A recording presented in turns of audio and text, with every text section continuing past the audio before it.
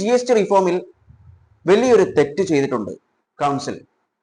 അതായത് നമ്മുടെ സിഗരറ്റ് അതുപോലെ തന്നെ സിമ്പിൾ ഗുഡ്സിന്റെ ഒക്കെ GST 28% നിന്നും 40% ഉയർത്തിയിട്ടുണ്ട്. ഹലോ ഹായ് SVT ടോക്സിന്റെ പുതിയൊരു വീഡിയോയിലേക്ക് എല്ലാവർക്കും സ്വാഗതം. ഇന്ത്യൻ എക്കണോമിയിൽ തന്നെ വലിയൊരു മാറ്റം സൃഷ്ടിക്കാൻ കെൽപ്പുള്ള ഒരു റിഫോമുമായിട്ടാണ് GST കൗൺസിൽ ഇപ്പോൾ വന്നിട്ടുള്ളത്. അതിന് പേരിട്ടിട്ടുള്ളത് the next generation GST reform എന്നാണ്. ഇതിനെക്കൊണ്ട് സാധാരണക്കാർക്ക് കൺസ്യൂമേഴ്സിന് എന്തെങ്കിലും ഉപകാരമുണ്ടോ? ഉപകാരമുണ്ട്, എന്നാൽ ഉപകാരമില്ല. അതുപോലെ സ്റ്റേറ്റ് ഗവൺമെന്റ് പറയുന്നു അവർക്ക് തീരാ നഷ്ടമുണ്ടാകുമെന്ന്. നഷ്ടമുണ്ടാകുമോ? ഉണ്ടാകും, പക്ഷെ ഉണ്ടാവില്ല. ഇതിനുള്ള കാരണങ്ങൾ ഡീറ്റെയിൽ ആയിട്ട് പറയുന്നതിന് മുൻപായി നമുക്ക് GSTയിൽ റിഫോം എന്തൊക്കെയാണ് ചേഞ്ചസ് വരുത്തിയിട്ടുള്ളത് നമുക്ക് നോക്കാം. ഇപ്പോഴത്തെ കറന്റ് GST എന്ന് പറയുന്നത് അല്ലെങ്കിൽ അതിന്റെ സ്ലാബ് എന്ന് പറയുന്നത് 5%, അതേപോലെ 12%, 18%, 28%, അതിനോടൊപ്പം തന്നെ 0%, അതായത് എക്സെപ്ഷൻ ആണ്, അതിൽ GST ഇല്ല.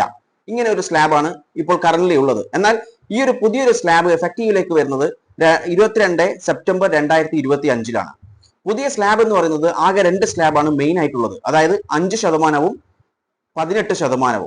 ഇനി സ്പെഷ്യൽ ആയിട്ട് ഒരു സ്ലാബ് ഉണ്ട്, 40% ആ സ്ലാബ്. അതുപോലെ തന്നെ 0% GST ഇല്ലാത്ത സാധനങ്ങളും. നമുക്ക് എന്തൊക്കെയാണ് ജസ്റ്റ് അത്യാവശ്യമായിട്ടുള്ള കാര്യങ്ങൾ എന്തൊക്കെയാണ് മാറ്റിയിട്ടുള്ളത്, അല്ലെങ്കിൽ GSTയിൽ നിന്നും മാറ്റം വരുത്തിയിട്ടുള്ളത്, അല്ലെങ്കിൽ 0% GST കൊണ്ടുവന്നിട്ടുള്ളത് എന്ന് നമുക്ക് നോക്കാം. നമ്മൾ ഡെയിലി എസെൻഷ്യൽ ഡെയിലി യൂസ് ചെയ്യുന്നുള്ള അധിക സാധനവും ഇപ്പോൾ 0 GSTയിലേക്ക് വന്നിട്ടുണ്ട്. അതുപോലെ തന്നെ ഹെയർ ഓയിൽ, ഷാമ്പു ഒക്കെ 18% GST, അത് 5% കുറച്ചിട്ടുണ്ട്. അതുപോലെ ബട്ടർ, ചീസ്, ഗീ ഒക്കെ 12% അത് 5% കുറച്ചിട്ടുണ്ട്. അതുപോലെ ഏറ്റവും ഇമ്പോർട്ടന്റ് ആയിട്ടുള്ള ഒരു കാര്യം എന്ന് പറയുന്നത് personal health and life insurance ആണ്. അതിന്റെ 18% GST, ഇപ്പോൾ അത് 0% GSTയിലേക്ക് കൊണ്ടുവന്നിട്ടുണ്ട്, അതായത് അതിന് GST ഇല്ല, അങ്ങനെ കുറച്ചിട്ടുണ്ട്. അതേപോലെ തന്നെ എയർ കണ്ടീഷണർ, TV, റെഫ്രിജറേറ്റർ അതിനൊക്കെ 28% അത് 18% മാറ്റിയിട്ടുണ്ട്. അതുപോലെ തന്നെയാണ് സിമെന്റ്, 28% അത് 18% കുറച്ചിട്ടുണ്ട്.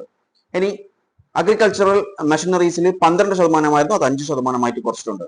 ലക്ഷറി കാർസ് ആൻഡ് പ്രീമിയം ബൈക്സസ് അതിന് 28% അത് 50% കൂട്ടിയിട്ടുണ്ട്. അതുപോലെ തന്നെ ടൊബാക്കോ, സിഗരറ്റ്സ് അങ്ങനെയുള്ള കാര്യങ്ങൾക്കൊക്കെ 28% നമ്മളുടെ GST, എന്നാൽ അത് 40% ഉയർത്തിയിട്ടുണ്ട്. പക്ഷേ ഇതിൽ വലിയൊരു തെറ്റ് GST കൗൺസിൽ കൊണ്ടുവന്നിട്ടുണ്ട്, അത് പറയാം. അതുപോലെ സ്റ്റേഷനറി ഐറ്റംസ് ആയിട്ടുള്ള പെൻസിൽ, ചാർട്ട്, ബുക്സ് കാര്യങ്ങളൊക്കെ അതിന്റെ GST 12% നിന്നും 5% കുറച്ചിട്ടുണ്ട്. ഇനി നമുക്ക് ഏറ്റവും ചീപ്പർ ആയിട്ട് കിട്ടുന്ന സാധനങ്ങൾ എന്തൊക്കെയാണെന്ന് നോക്കാം. അതിലൊന്ന് personal health and life insurance ആണ്. ഞാൻ പറഞ്ഞു 0% GST ആണ് അതിന് വരുന്നത്. അതുപോലെ ഡെയിലി എസെൻഷ്യൽസ് വരുന്നുണ്ട്, അതുപോലെ ഫുഡ് വെയർ, അതുപോലെ പാക്കേജ്ഡ് ഫുഡ്സ്, അതുപോലെ small automobiles, house hold appliances, ഇങ്ങനെയുള്ള കാര്യങ്ങളൊക്കെ നമുക്ക് ലോ കോസ്റ്റിലേക്ക് ഇനി ലഭിക്കും GST പ്രാബല്യത്തിലേക്ക് വന്നു കഴിഞ്ഞാൽ.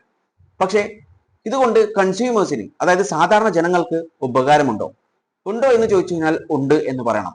കാരണം ഈ GSTയിൽ വരുന്ന കുറവ് എന്ന് പറയുമ്പോൾ നമ്മുടെ സാധനങ്ങളുടെ വിലയും കുറയണം. അതായത് നമ്മളുടെ യഥാർത്ഥ വരുമാനം അത് അധികരിക്കില്ലെങ്കിലും നമ്മുടെ പർച്ചേസിംഗ് പവർ കൂടും. ഫോർ എക്സാമ്പിൾ, അതായത് 100 രൂപ ഒരു സാധനത്തിനും 10% അതിന് ടാക്സും കൊടുത്തു കഴിഞ്ഞാൽ 110 രൂപയായി. ആ 110 രൂപയ്ക്കാണ് നമ്മൾ ഈ സാധനം വാങ്ങിക്കേണ്ടത്. എന്നാൽ ആ 10 രൂപയുടെ ടാക്സ് ഒഴിവാക്കി കഴിഞ്ഞാൽ നമുക്ക് 100 രൂപയ്ക്ക് ആ പ്രൊഡക്റ്റ് കിട്ടും. അപ്പോൾ 10 രൂപ നമുക്ക് വേറെ സാധനങ്ങൾ വാങ്ങിക്കാൻ ഉപയോഗിക്കാൻ പറ്റും, അതായത് നമ്മുടെ പർച്ചേസിംഗ് പവർ കൂടി. ഏറ്റവും സിമ്പിൾ ആയിട്ട് പറയുകയാണെങ്കിൽ ഒരു അരിക്ക് 20 രൂപയും 5 രൂപ അതിന് ടാക്സും കൊടുത്ത് 25 രൂപയാണ് അരിയുടെ വില. 100 രൂപയ്ക്ക് നമുക്ക് 4 കിലോ അരി വാങ്ങിക്കാൻ പറ്റും. എന്നാൽ ആ 5 രൂപ ടാക്സ് ഒഴിവാക്കി 20 രൂപയാണ് അരിക്ക് എന്ന് പറഞ്ഞു കഴിഞ്ഞാൽ നമുക്ക് ആ 100 രൂപയ്ക്ക് 1 കിലോ എക്സ്ട്രാ വാങ്ങിക്കാൻ പറ്റും, അതായത് 5 കിലോ അരി വാങ്ങിക്കാൻ പറ്റും. അപ്പോൾ നമ്മുടെ പർച്ചേസിംഗ് പവർ കൂടി. ഇത് ഈ ടാക്സ് പ്രാബല്യത്തിലേക്ക് വന്നു കഴിഞ്ഞാൽ, ഈ ടാക്സ് ഒക്കെ ഒഴിവാക്കി കഴിഞ്ഞാൽ നമുക്ക് ഒരുപാട്, അല്ലെങ്കിൽ കുറഞ്ഞു കഴിഞ്ഞാൽ നമുക്ക് ഒരുപാട് ഇതേപോലെ ഇൻകം ഉണ്ടാവും, പർച്ചേസിംഗ് പവർ കൂടും, നമുക്ക് പുതിയ പുതിയ ഐറ്റംസ് വാങ്ങിക്കാൻ പറ്റും, അല്ലെങ്കിൽ നമ്മൾ വാങ്ങിക്കുന്ന സാധനം കൂടുതലായിട്ട് വാങ്ങിക്കാൻ പറ്റും. അതൊക്കെ ഓരോ കൺസ്യൂമറിനും ഓരോ പൊതുജനത്തിനും ഗുണമാണ്. എന്നാൽ ഈ ഗുണം ജനങ്ങളിലേക്ക് എത്തുമോ എന്നുള്ളതിലാണ് സംശയം വരുന്നത്. കാരണം നമുക്കറിയാം, ഒരു സാധനത്തിന്റെ വില കൂടിക്കഴിഞ്ഞാൽ അത് കുറയാൻ വേണ്ടി ഭയങ്കര ബുദ്ധിമുട്ടാണ്. ഇപ്പൊ 110 രൂപന്റെ ഞാൻ പറഞ്ഞു, 100 രൂപ 10 രൂപ ടാക്സും 110 രൂപയാണ് അതിന്റെ വില എന്ന് പറയുന്നത്. പക്ഷേ ഒരുപക്ഷെ ഈ GST ഒഴിവാക്കിയിട്ട് 110 രൂപയ്ക്ക് തന്നെ ആ പ്രൊഡക്റ്റ് വിറ്റ് കഴിഞ്ഞാൽ അതുകൊണ്ട് നമുക്ക് യാതൊരു ലാഭവും ഉണ്ടാവുന്നില്ല. അത് പ്രൊഡ്യൂസേഴ്സിന് മാത്രമേ ലാഭം ഉണ്ടാക്കി കൊടുക്കുകയുള്ളൂ. അതുകൊണ്ട് തന്നെ ഈ ഓരോ GSTയിൽ കൊണ്ടുവന്നിട്ടുള്ള റിഫോംസും ജനങ്ങളിലേക്ക് എത്തണമെന്നുണ്ടെങ്കിൽ സർക്കാർ അത്രയും വിജിലന്റ് ആയി പ്രവർത്തിക്കണം. സർക്കാരും അവരുടെ ഉദ്യോഗസ്ഥരും വിജിലന്റ് ആയി പ്രവർത്തിച്ചാൽ മാത്രമേ ഈ ഒരു ബെനിഫിറ്റ് ജനങ്ങളിലേക്ക് എത്തുകയുള്ളൂ. നമുക്കറിയാം, ഒരു സാധനത്തിന്റെ വില കൂടും, പക്ഷെ അത് കുറക്കാനാണ് ബുദ്ധിമുട്ട്. ഏറ്റവും വലിയ എക്സാമ്പിൾ എന്ന് പറയുന്നത് നമ്മളുടെ ബസ്സിന്റെ ഫെയർ കൂട്ടുന്നതാണ്, ടിക്കറ്റ് വില കൂടുന്നത്. നമുക്കറിയാം പെട്രോൾ ഡീസലിന്റെ വില അധികരിക്കുമ്പോൾ സമരവുമായിട്ട് ബസ്സുകാർ ഇറങ്ങും, എന്നിട്ട് ബസ്സിന്റെ ചാർജ് അധികരിപ്പിക്കും. എന്നാൽ ഈ പെട്രോൾ ഡീസലിന്റെ വില കുറഞ്ഞു കഴിഞ്ഞാൽ അത് കുറക്കുന്നുണ്ടോ? ഇല്ല. അതുപോലെ തന്നെ വന്നു കഴിഞ്ഞാൽ പിന്നെ ഈ ഒരു GST റിഫോമിനെ കൊണ്ട് യാതൊരു ഉപകാരവും ഇല്ലാതെയായി പോകും. ഇനി നമുക്ക് ഇതിന്റെ കൊണ്ട് സർക്കാരിന് നഷ്ടമാണെന്ന് പറഞ്ഞു, അതായത് സ്റ്റേറ്റ് ഗവൺമെന്റിന് നഷ്ടമാണെന്ന് പറഞ്ഞു. നഷ്ടമാണോ എന്ന് ചോദിച്ചാൽ നഷ്ടം തന്നെയാണ്. കാരണം സ്റ്റാർട്ടിംഗ് സ്റ്റേജിൽ സ്റ്റേറ്റ് ഗവൺമെന്റിന് നഷ്ടം തന്നെയാണ്, കാരണം അവരുടെ റവന്യൂ കുറയും. പക്ഷെ ഇതൊരു ഷോർട്ട് ടേം മാത്രമാണ്. ഷോർട്ട് ടേമിൽ മാത്രമേ ഈ ഒരു നഷ്ടം സഹിക്കേണ്ടതുള്ളൂ. കാരണം ലോങ് ടേമിലേക്ക് നോക്കിക്കഴിഞ്ഞാൽ വലിയൊരു ലാഭമാണ് സ്റ്റേറ്റ് ഗവൺമെന്റിനും സെൻട്രൽ ഗവൺമെന്റിനും. അതുമാത്രമല്ല എൻറ്റയർ ഇന്ത്യൻ എക്കണോമിയിൽ തന്നെ വലിയൊരു മാറ്റം അല്ലെങ്കിൽ വലിയൊരു ഗ്രോത്ത് ഉണ്ടാക്കാൻ പറ്റുന്ന ഒരു റിഫോമാണ് ഈ GST റിഫോം എന്ന് പറയുന്നത്. കാരണം ഞാൻ ഓൾറെഡി പറഞ്ഞു, നമ്മുടെ പർച്ചേസിംഗ് പവർ കൂടും. ഓരോ ആളുകളുടെയും പർച്ചേസിംഗ് പവർ കൂടിക്കഴിഞ്ഞു കഴിഞ്ഞാൽ നമ്മളുടെ എസെൻഷ്യൽ ആയിട്ടുള്ള നമ്മുടെ ഡെയിലി വേണ്ട സാധനങ്ങൾ വാങ്ങിച്ചു കഴിഞ്ഞാൽ നമ്മളുടെ കയ്യിൽ പണം ഉണ്ടാവും. ആ പണം വെച്ചിട്ട് നമ്മൾ പുതിയ ഐറ്റംസ് വാങ്ങിക്കാൻ തുടങ്ങും. അതായത് നമുക്ക് അത്ര കാലം അഫോർഡബിൾ അല്ലാത്ത സാധനങ്ങൾ നമ്മൾ പുതിയതായിട്ട് വാങ്ങിക്കാൻ തുടങ്ങും. അങ്ങനെ വരുമ്പോൾ അതിന്റെ ഡിമാൻഡ് കൂടും, കൺസംഷൻ കൂടും. അതുപോലെ തന്നെ നമ്മൾ ഓൾറെഡി കുറവാണ് സാധനങ്ങൾ വാങ്ങിക്കുന്നുണ്ടെങ്കിൽ നമ്മുടെ കയ്യിൽ കൂടുതലായിട്ട് പണം വരുമ്പോൾ നമ്മൾ ആ സാധനവും കൂടുതലായിട്ട് വാങ്ങിക്കാൻ തുടങ്ങും. അതായത് അതിന്റെ ഡിമാൻഡും കൺസംഷനും കൂടും. അങ്ങനെ വരുമ്പോൾ പ്രൊഡക്ഷൻ സ്വാഭാവികമായിട്ടും കൂടും. അങ്ങനെ പ്രൊഡക്ഷൻ കൂടി കഴിഞ്ഞു കഴിഞ്ഞാൽ പ്രൊഡക്ഷനും കൺസംഷനും കൂടുന്നുണ്ട് ഒരേ സമയം. അതേസമയം തന്നെ എംപ്ലോയ്മെന്റ്, പുതിയ പുതിയ എംപ്ലോയ്മെന്റ് ജനറേറ്റ് ചെയ്യും. കാരണം കൂടുതലായിട്ട് ഡിമാൻഡ് വരുന്നതുകൊണ്ട് തന്നെ പ്രൊഡക്ഷൻ കൂട്ടണമെങ്കിൽ എംപ്ലോയ്മെന്റ് ജനറേറ്റ് ചെയ്യണം. അങ്ങനെ എംപ്ലോയ്മെന്റ് ജനറേറ്റ് ചെയ്യും. അങ്ങനെ ടോട്ടലി നോക്കി കഴിഞ്ഞു കഴിഞ്ഞാൽ നല്ലൊരു റവന്യൂ, അതായത് ടാക്സ് ഇനത്തിൽ ഒരുപാട് റവന്യൂസ് സ്റ്റേറ്റ് ഗവൺമെന്റിന് കിട്ടും. കാരണം കൺസംഷൻ കൂടി കഴിഞ്ഞാൽ റവന്യൂ ഓട്ടോമാറ്റിക്കലി കൂടും സർക്കാരിന്.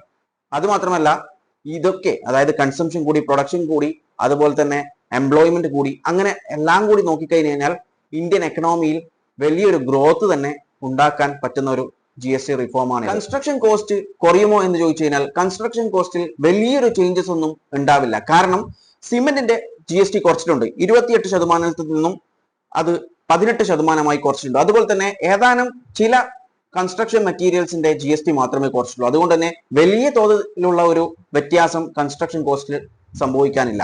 ഇനി അതുപോലെ തന്നെയാണ് personal health and life insurance. അത് GST കൗൺസിൽ എടുത്തിട്ടുള്ള ഏറ്റവും നല്ലൊരു തീരുമാനമായിട്ട് കണക്കാക്കേണ്ട ഒരു കാര്യമാണ്. ഒരു വലിയൊരു മൂവാണ് അത്. കാരണം അതിന്റെ GST എന്ന് പറയുന്നത് 18%. അതുകൊണ്ട് തന്നെ ഒരുപാട് പേർക്ക് അത് അഫോർഡ് ചെയ്യാൻ പറ്റാത്ത ഒരു കാര്യമായിരുന്നു. അതിപ്പോൾ 0% കൊണ്ടുവന്നിട്ടാണുള്ളത്. അതായത് personal health and life insurance എന്ന് പറയുന്നത്. അതുകൊണ്ട് തന്നെ അത് ഒരുപാട് പേർക്ക് ഉപകാരപ്പെടുന്ന ഒരു കാര്യമാണ്. അതിലൂടെ വേറെയും ഒരുപാട് നേട്ടങ്ങൾ ഉണ്ടാവാം. ഇനി ഈ GST റിഫോമിൽ വലിയൊരു തെറ്റ് ചെയ്തിട്ടുണ്ട് കൗൺസിൽ. അതായത് നമ്മുടെ സിഗരറ്റ് അതുപോലെ തന്നെ സിമ്പിൾ ഗുഡ്സിന്റെ ഒക്കെ GST 28% നിന്നും 40% ഉയർത്തിയിട്ടുണ്ട്. അതൊരു നല്ലൊരു മൂവ് തന്നെയാണ്. കാരണം ഈ കാര്യങ്ങളൊക്കെ അതിന്റെ ഒക്കെ കോസ്റ്റ് വീണ്ടും അധികരിക്കും. പക്ഷേ അതിൽ ചെയ്ത ഒരു തെറ്റ് എന്ന് പറയുന്നത് ഈ BD എന്ന് പറയുന്ന ഒരു സാധനം, അതിന്റെ GST എന്ന് പറയുന്നത് ഇപ്പോൾ 28%. എന്നാൽ ഈ പുതിയ റിഫോമിലൂടെ അത് 18% കുറക്കുകയാണ് GST കൗൺസിൽ ചെയ്തിട്ടുള്ളത്. അത് വലിയൊരു തെറ്റ് തന്നെയാണ്. കാരണം ഇതിലൂടെ ജനങ്ങളോട് പറയുകയാണ് BD നിങ്ങൾ ഉപയോഗിച്ചോ, അതിനെ യൂസ് ചെയ്യാൻ വേണ്ടി എൻകറേജ് ചെയ്തിട്ടാണുള്ളത്. കാരണം അതിന്റെ കോസ്റ്റ് ഇനി കുറയുകയാണ് ചെയ്യുക. 28% ഉള്ളത് 18% കുറയുമ്പോൾ ആ സാധനത്തിന്റെ BD എന്ന് പറയുന്ന സാധനത്തിന്റെ വില കുറയുകയാണ് ചെയ്യുക. അത് എൻകറേജ് ചെയ്യുകയാണ്, പീപ്പിളെ എൻകറേജ് ചെയ്ത് കൊണ്ടിരിക്കുകയാണ്. ഈ BD എന്ന് പറയുന്നത് ഇൻജൂറിയസ് ടു ഹെൽത്ത് അല്ലേ? ആണ്. BD smoking is injurious to health തന്നെയാണ്. അതായത് സ്റ്റഡീസ് പറയുന്നത് നമ്മുടെ സാധാരണ സിഗരറ്റിന്റെ അതേ തോതിലോ അല്ലെങ്കിൽ അതിനേക്കാൾ കൂടുതൽ തോതിലോ റിസ്ക് ആയിട്ടുള്ള ഒരു സാധനമാണ് ഈ BD സ്മോക്കിംഗ് എന്ന് പറയുന്നത്. അപ്പോൾ ആ ഒരു സാധനമാണ് GST കൗൺസിൽ എൻകറേജ് ചെയ്യാൻ ശ്രമിച്ചിട്ടുള്ളത്. ഇതിന്റെ പൊളിറ്റിക്കൽ സൈഡ് പലതും പറയുന്നുണ്ട്. Whatever it may be, അതെന്തുമാവട്ടെ, അതൊന്നും നമ്മളുടെ ചർച്ചയിൽ പെടുന്നില്ല. നമ്മുടെ ചർച്ച GST കുറിച്ച് ഉപകാരമുണ്ടോ ഇല്ലയോ എന്നുള്ളതാണ്.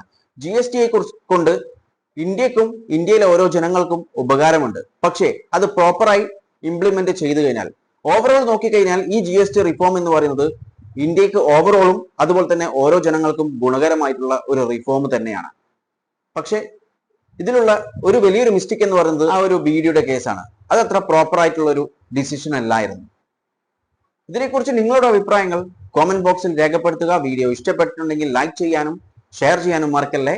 And thanks for watching me and stay tuned for another video. Okay, thank you.